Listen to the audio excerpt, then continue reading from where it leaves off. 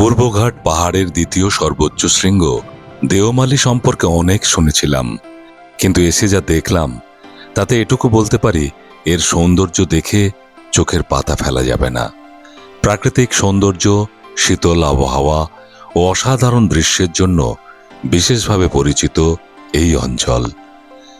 দেওমালী নামটি এসেছে দুটি শব্দ থেকে, দেও অর্থাৎ দেবতা আর মালি মানে হচ্ছে মালভূমি বা পাহাড়, অর্থাৎ দেওমালী মানে দাঁড়ায় দেবতার পাহাড় বা ঈশ্বরের বাসস্থান। সত্যি ঈশ্বরের বাসস্থান বলেই হয়তো এই রূপ, এই রং, এই ভালো লাগা। দেওমালী হল ওড়িশা রাজ্যের সর্বোচ্চ পর্বতশৃঙ্গ, যা কোরাপুট জেলাতে অবস্থিত এবং ওড়িশা অন্ধ্রপ্রদেশ সীমান্তের কাছাকাছি। কোরাপুট শহর থেকে দূরত্ব প্রায় 70 কিলোমিটার।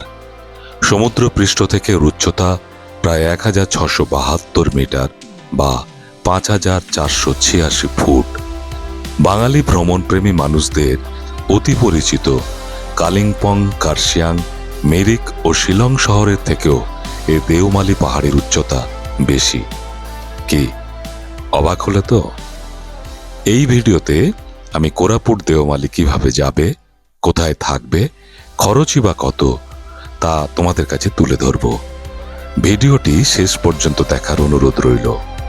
আর ভালো লাগলে লাইক, শেয়ার, সাবস্ক্রাইব ও কমেন্ট করতে ভুলো না যেন। বন্ধুরা, আমি চন্দন, তোমরা দেখছো আমার চ্যানেল থার্স্টি আই।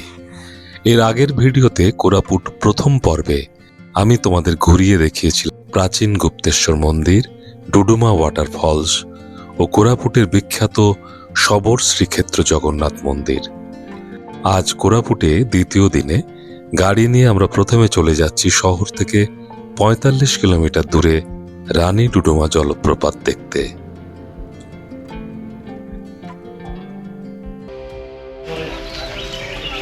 এই হচ্ছে রানী ডুডুমা। এটা উড়িষ্যার কোরাপুট জেলায় অবস্থিত। এই পাহাড়টা হচ্ছে নন্দপুর পাহাড়।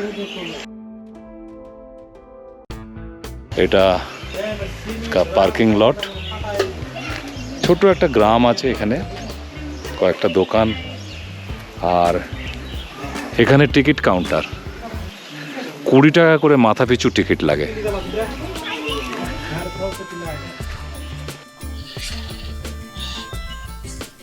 এখানে বেশ যত্ন নেওয়া হয় রানী ডুডুমা ফলসে যেতে গেলে। যে রাস্তাটা, বিশাল বড় বড় সূর্যমুখী গাছ, আর এই ছোট্ট ছোট্ট গাছ, ফুল, নাম জানি না, যারা তোমরা বন্ধুরা কেউ যদি জানো একটু কমেন্টস করে জানিও।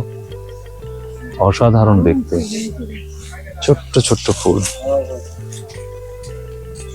আর সূর্যমুখীর গাছগুলো বিশাল বড় বড়, 10 ফুট 12 ফুট এক একটা সূর্যমুখী ফুলের গাছ, আর ওই মাথায় ফুল হয়ে আছে। দারুণ জায়গা। আজকে অক্টোবর মাসের 14 তারিখ। অসাধারণ ওয়েদার। গরম তো খুব নেই বললেই চলে, এবং বেশ হালকা জামা পরে আছি, একটু শীত শীত ভাবও রয়েছে। এখন বাজে প্রায় সকাল 10:30। এটা এই রানী ডুডুমা ফলসে যাওয়ার পথে টিকিট কেটেতে ঢুকলাম। এটা একটা পিকনিক স্পট। এর ভেতরে ঝর্ণা আছে, জল পাওয়া যায় পিকনিক করতে গেলে। জল আর সুন্দরভাবে সাজানো, দারুণ ফুলের বাগান করা আছে। মূলত সূর্যমুখী আছে, সুন্দরভাবে সাজানো। ওড়িশার কোরাপুট জেলার প্রাচীন জনপদ নন্দপুর অঞ্চলের কাছে অবস্থিত রানী ডুডুমা জলপ্রপাত শুধুমাত্র একটি প্রাকৃতিক সৌন্দর্য নয়, বরং এটি ইতিহাস, লোককথা ও আদিবাসী সংস্কৃতির সঙ্গে গভীরভাবে জড়িত। নন্দপুর ছিল কোরাপুট অঞ্চলের এক প্রাচীন প্রশাসনিক ও রাজনৈতিক কেন্দ্র।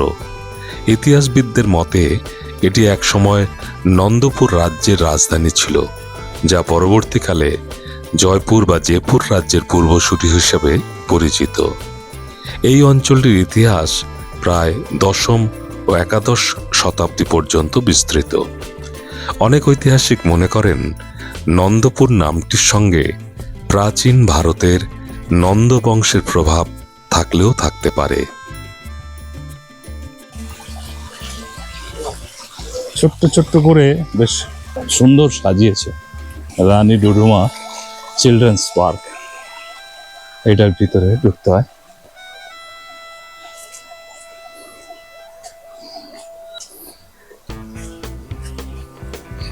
এই যে দূরে দেখা যাচ্ছে গরিলা, এই গরিলার ভিতর দিয়েই আমরা চলে যাব রানী ডুডুমা ফলসের দিকে। বিশাল বড় একটা গরিলার স্ট্রাকচার করা আছে, দারুণভাবে বানিয়েছে, একেবারে অবিকল লাগছে গরিলার মতন। এই তলা দিয়ে চলে যাচ্ছি।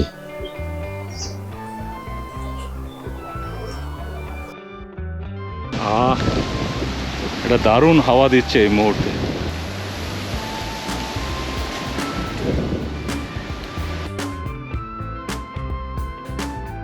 বিশাল পাহাড় আর এই মাঝখান দিয়ে রাস্তা।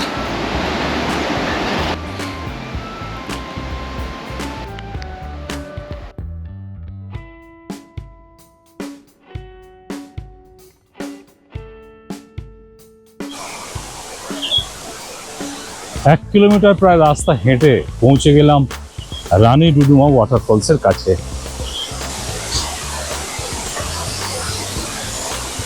একদম শান্ত নিরিবিলি একটা জায়গা, আর অসাধারণ প্রাকৃতিক এক ঝর্ণা, একেবারে অসাধারণ। এই হচ্ছে রানী ডুডুমা জলপ্রপাত। এটা হচ্ছে মাছকুন্ডা নদীর ওপরে অবস্থিত।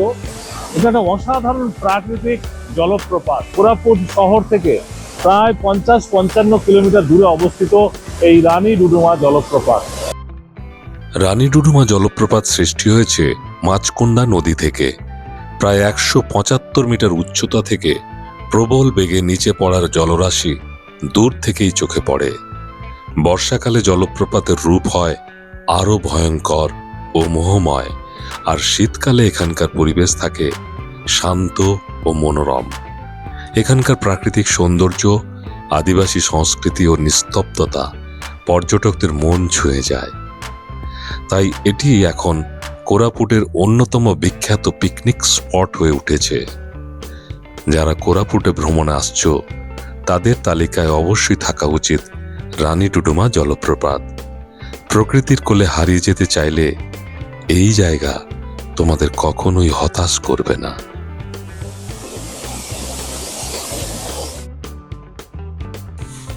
রানী ডুডুমা জলপ্রপাত দেখে ফেরার পথে চোখে পড়ল নন্দপুরে অবস্থিত 32 সিংহাসন। জয়পুর রাজ্যের পুরনো রাজধানী ছিল এখানে। উজ্জয়িনী রাজা বিক্রমাদিত্যের কিংবদন্তি সিংহাসনের সাথে যুক্ত 32 সিংহাসন এই অঞ্চলের একটি প্রধান আকর্ষণকারী স্থান। কনক দুর্গা আছে, ঝাড়গ্রামের কনক দুর্গা হচ্ছে বিখ্যাত, আর এটা হচ্ছে 32 সিংহাসন।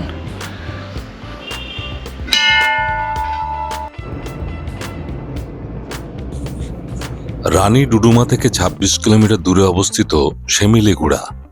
শিমিলিগুড়া থেকে দেওমালির দূরত্ব প্রায় 32 কিলোমিটার।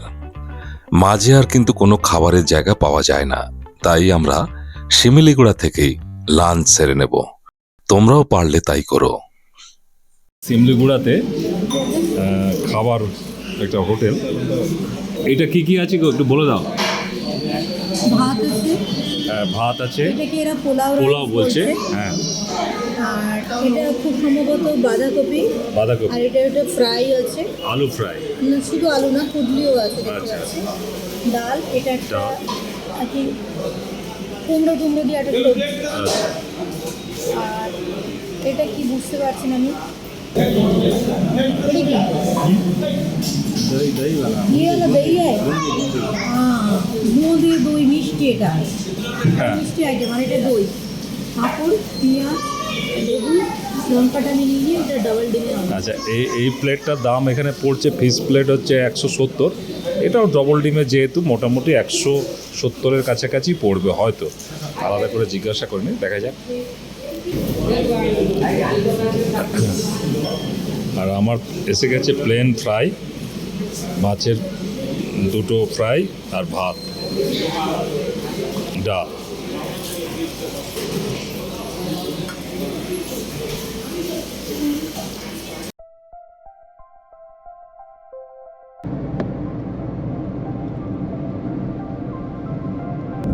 দেওমালে যাওয়ার এই রাস্তাটা একেবারে অনবদ্য, অসাধারণ। পাহাড়ি রেঞ্জ, আর এই সময় আকাশে এরকম মেঘের খেলা, আর ঝকঝকে পরিষ্কার একটা দিন।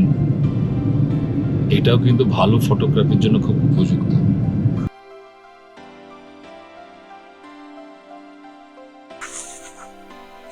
ওড়িশার কোরাপুট জেলায় লুকিয়ে আছে এক অদ্ভুত সুন্দর প্রাকৃতিক বিস্ময়, তালামালি টেবিল টপ। সমুদ্রপৃষ্ঠ থেকে প্রায় ৪,৫০০ ফুটেরও বেশি উচ্চতায় অবস্থিত এই বিস্তীর্ণ মালভূমি যেন প্রকৃতির আঁকা এক বিশাল সবুজ ক্যানভাস। চারিদিকে শুধুই খোলা আকাশ, দূরে দূরে পাহাড়ের সারি, আর মাঝখানে এক সমতল প্রান্তর। তাই এর নাম টেবিল টপ। কোরাপুট থেকে এই জায়গার দূরত্ব প্রায় ৪৫ কিলোমিটার। গাড়িতে করে সহজেই পৌঁছে যাওয়া যায়। পথটা নিজেই এক সুন্দর অভিজ্ঞতা। আঁকাপাকা পাহাড়ি রাস্তা, সবুজে সবুজ প্রকৃতি, আর ঠান্ডা হাওয়ার ছোঁয়া। তলামালির সবচেয়ে বড় আকর্ষণ তার সূর্যাস্ত ও সূর্যোদয়। কোরাপুট সত্যি অদ্ভুত, অসাধারণ জায়গা এখানে সব লুকিয়ে রয়েছে।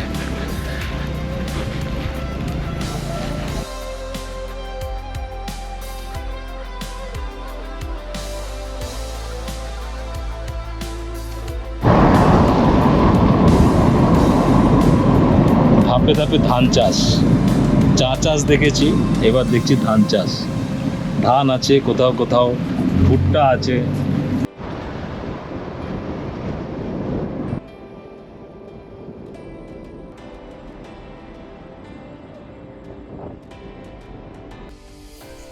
অবশেষে প্রকৃতির কোলে লুকিয়ে থাকা এক অপূর্ব স্বর্গরাজ্য দেওমালিতে আমরা পৌঁছে গেলাম।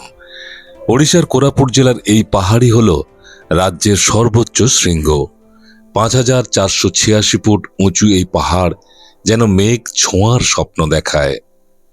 চারপাশের কুয়াশায় ঢাকা উপত্যকা, আর দূরে একের পর এক অজস্র পাহাড়, সব মিলিয়ে এক শান্ত অসাধারণ পরিবেশ। শীতকালে এখানে কুয়াশার চাদর পুরো পাহাড়কে ঢেকে রাখে, আর বর্ষাকালে সবুজ আরো প্রাণবন্ত হয়ে ওঠে। দেওমালি শুধু প্রাকৃতিক সৌন্দর্যের জন্য নয়, ট্রেকিং প্রেমীদের কাছেও খুব জনপ্রিয়। আগে এই পাহাড়ে ওঠা একটু কষ্টকর ছিল, কিন্তু এখন রাস্তা তৈরি হয়ে যাওয়ায় গাড়ি নিয়ে অনেকটা উপর পর্যন্ত পৌঁছে যাওয়া যায়। তবুও শেষ অংশে হালকা ট্রেকিং এর আনন্দ সত্যি আলাদা। এখানে দাঁড়িয়ে চারিদিকে তাকালে মনে হবে তোমরা যেন মেঘের রাজ্যে চলে এসেছো। আর একটা কথা বলে রাখি, অক্টোবর থেকে মার্চের মাঝামাঝি এখানে কিন্তু আসার সেরা সময়। এখানে বেশ কতগুলো কটেজ রয়েছে, এটা থাকার জন্য বেশ ভালো। দুজনের জন্য ৫,০০০ টাকা রেট পার ডে।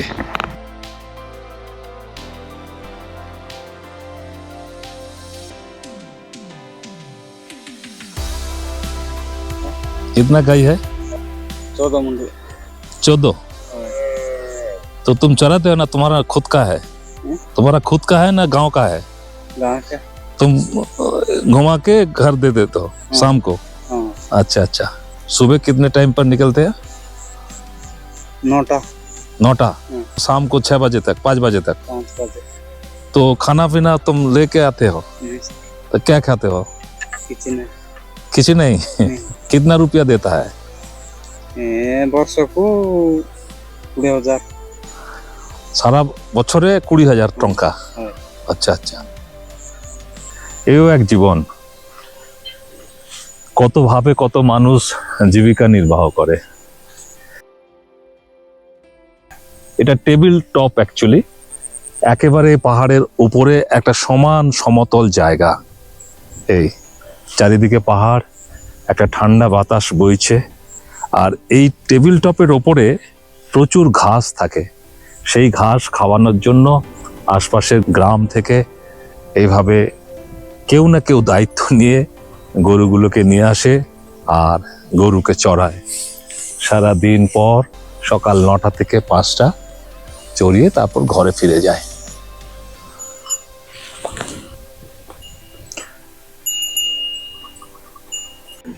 পড়ন্ত বিকেল, ঠান্ডা হাওয়াও দিচ্ছে, আর এই রকম সময়ে আমরা ঘুরে বেড়াচ্ছি এই টেবিল টপে।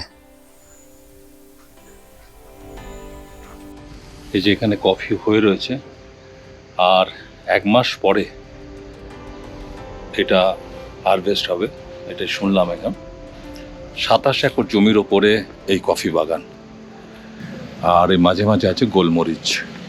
এইখানে বেশ কিছু কফি প্রায় পাক ধরে গেছে, এই যে, আর এই যে গোলমরিচ হয়ে আছে এক একটা লম্বা লম্বা থোক ঝুলছে আর কি। এর মধ্যে কফি একটা আছে, তাই তো, ফলটা? আচ্ছা, এটা থেকে এটা তৈরি করে দিচ্ছেন।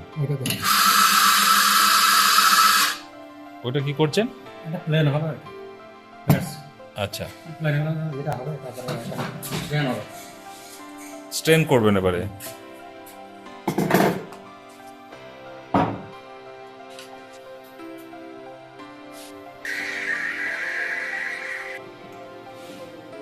গরম গরম কফি মুখে চুমুক দেব।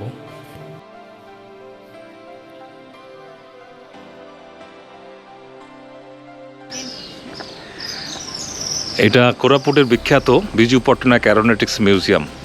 ওয়ালচাঁদ হীরাচাঁদ এই ব্যক্তি আমাদের আধুনিক ভারতের যে হাল এর প্রতিষ্ঠাতা। এই হচ্ছে উড়িষ্যার বিখ্যাত ব্যক্তিত্ব, দীর্ঘদিনের মুখ্যমন্ত্রী বিজু পট্টনায়ক। এই হচ্ছে মিগ 21। কোরাপুটের সোনাবেড়ায় অবস্থিত বিজু পট্টনায়ক অ্যারোনটিক্যাল মিউজিয়াম বিমান প্রযুক্তির এক অনন্য সংগ্রহশালা। ওড়িশার কিংবদন্তি নেতা ও সাহসী পাইলট বিজু পট্টনায়কের স্মৃতিতে তৈরি এই মিউজিয়ামটি শুধু একটি প্রদর্শনী নয়, বরং ভারতের বিমান শিল্পের গৌরবময় যাত্রার গল্প বলে। কোরাপুটের সোনাবেড়া এলাকাটি বিশেষভাবে পরিচিত হিন্দুস্তান অ্যারোনটিক্স লিমিটেড বা হ্যালের জন্য। এই হ্যাল ইউনিটের কাছেই গড়ে উঠেছে এই অ্যারোনটিক্যাল মিউজিয়াম, যাতে সাধারণ মানুষ বিমান প্রযুক্তির ইতিহাস সম্পর্কে জানতে পারে। মিউজিয়ামের ভিতরে প্রবেশ করলে দেখতে পাওয়া যাবে পুরনো জেট ইঞ্জিন, বিমান যন্ত্রাংশ, ইঞ্জিনের মডেল এবং প্রযুক্তিগত প্রদর্শনী। এখানে বিভিন্ন বোর্ড ও তথ্যচিত্রের মাধ্যমে বোঝানো হয়েছে কিভাবে যুদ্ধবিমানের ইঞ্জিন তৈরি ও রক্ষণাবেক্ষণ করা হয়। মিউজিয়ামের বাইরে খোলা জায়গায় রাখা হয়েছে আসল বিমান ও ইঞ্জিনের বড় যন্ত্রাংশ। ছাত্রছাত্রী, বিজ্ঞানপ্রেমী বা ভ্রমণপ্রেমী সবার জন্যই এই জায়গাটি শিক্ষামূলক ও আকর্ষণীয় একটি জায়গা।